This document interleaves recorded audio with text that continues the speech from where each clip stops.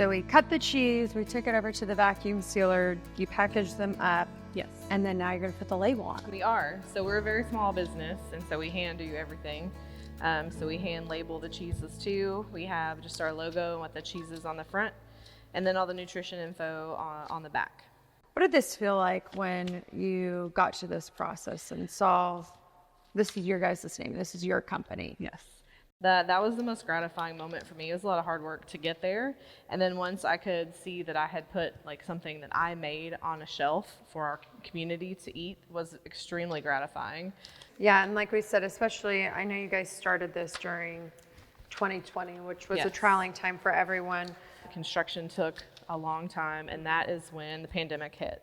Right at the end of our construction process, so we had a lot of delays, a lot of fear. I had quit my job in town, but once we got rolling again and got in production, people really saw value in local products.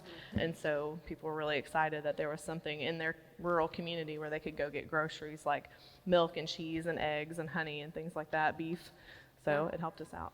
I know we're towards the end of this stage, but let's take it back a few steps. Like from beginning to end, what does this process look like? Sure. From the dairy to in this, building right here. Awesome. Yeah. So we grow the feed for the cows. So literally from the dirt, we plant the seeds, we grow the feed, we process that for them. We then obviously raise and milk the cows. The milk comes into the building here.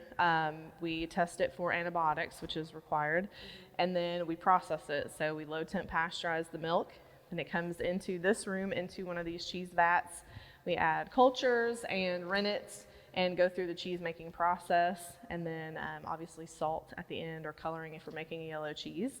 And then once we have curds that forms a solid, we will hoop that and press it into our 40-pound blocks that we saw earlier, and then break them down into retail blocks. It seems simple when you put it like that, but it's obviously not. There's a lot that goes into it. There is. It's very time consuming. So just making a batch of cheese, from the morning when we're milking all the way through the end of the day is a full day, 8 to 10 hours.